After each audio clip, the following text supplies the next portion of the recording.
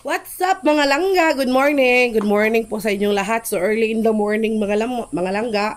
Pagkatapos kong maglinis ng bahay sa loob, kasi kailangan po talaga natin maglinis no kay meron man tayong aso mga langga. Kaya kailangan talagang maglinis every morning. So ayun, pagkatapos ko maglinis, maghugas ng plato ay naglaba na din ako mga langga. So ngayong marami tayong ginagawa and of course marami po tayong kailangan na lubuin na mais. Kaya hindi po ako nagpapatambak ng bulingon mga langga. Kung pwede lang po araw-araw po ako maglaba. So ito po yung nalabahan na po. Yan. Tumutulo pa po yung iba.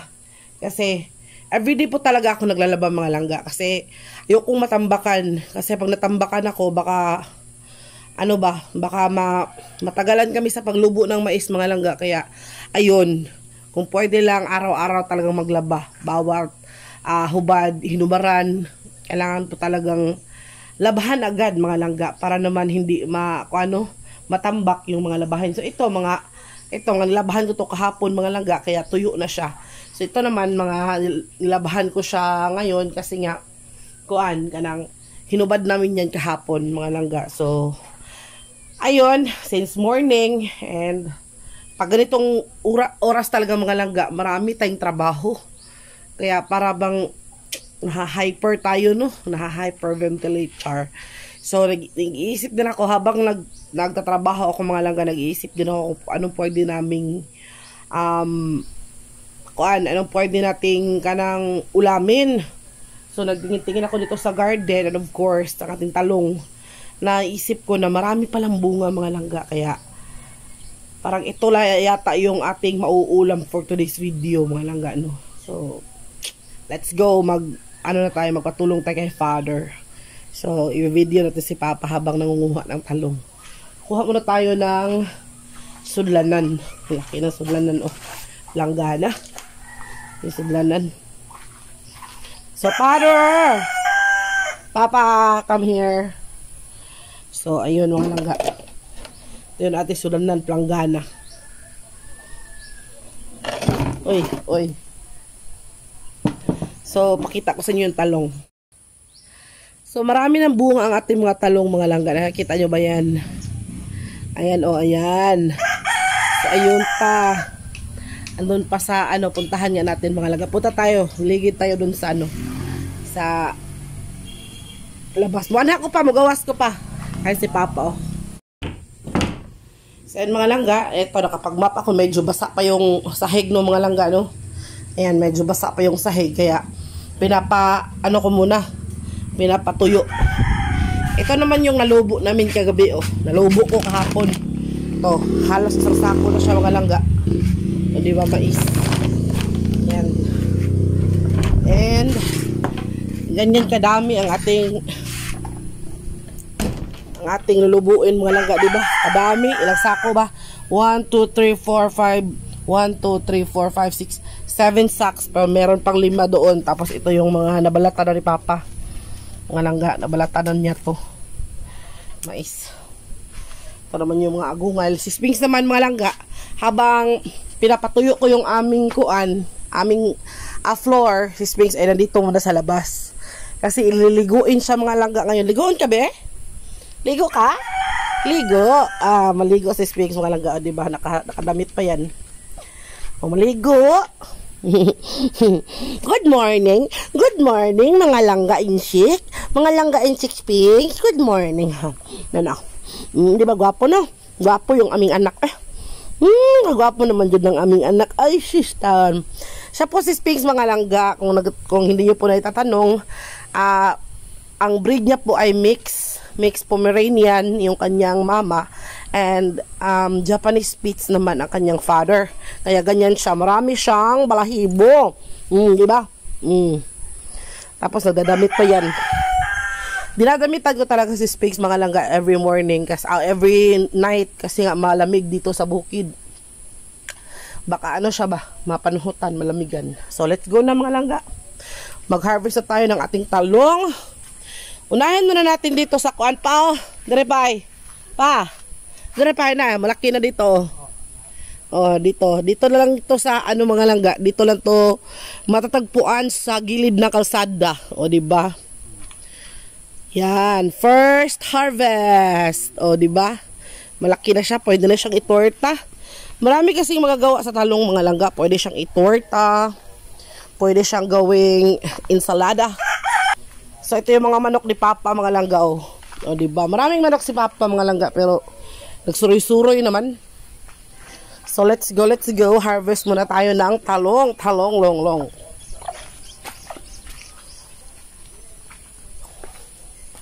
So, di ba mga langga?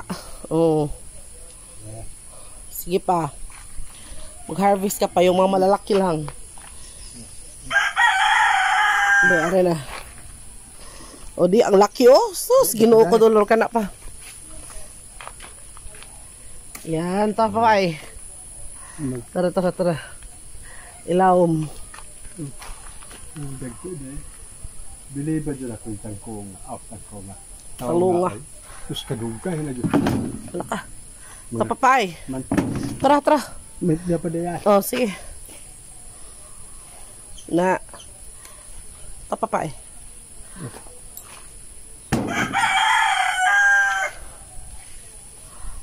Pila ka kilo na kuha ni. Narapay. So, marami-rami, no? Yung mga maliliit, ilang kilo na yung nakuha namin dito, mga langga. Kada pa, nakadako, kuhaan lang na. Nadas, pinakatumoy, adako kayo. Tara. Tara? Dili, tara. Oh, di, kasalit ko na. O, diba, mga langga, no? Di talaga siya naubusan, mga langga. Puwerya, biyag. Katapay. Ito, dako na kani-kani. Mas mabao, kanala, kuhaan na, para kana na lang.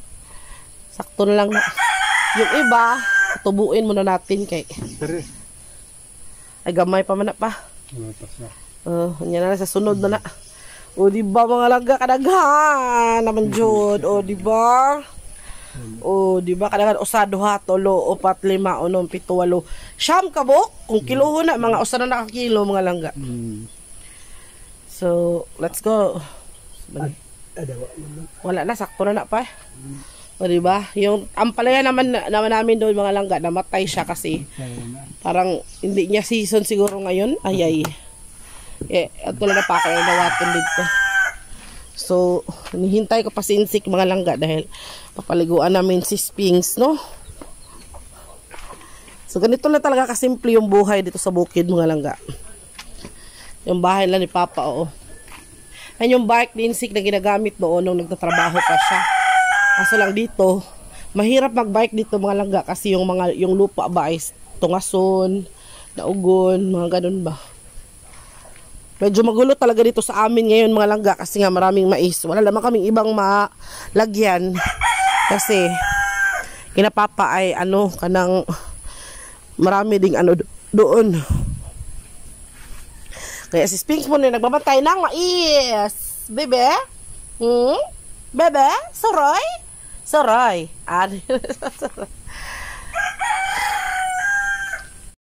So, ganyan kadami yung mais, mga langgaw. Isang malaking ganyan, marami kasing laman yan, mga langga. Oh. Kaya, sobra talaga, kailangan mo talaga ng pagsisikap.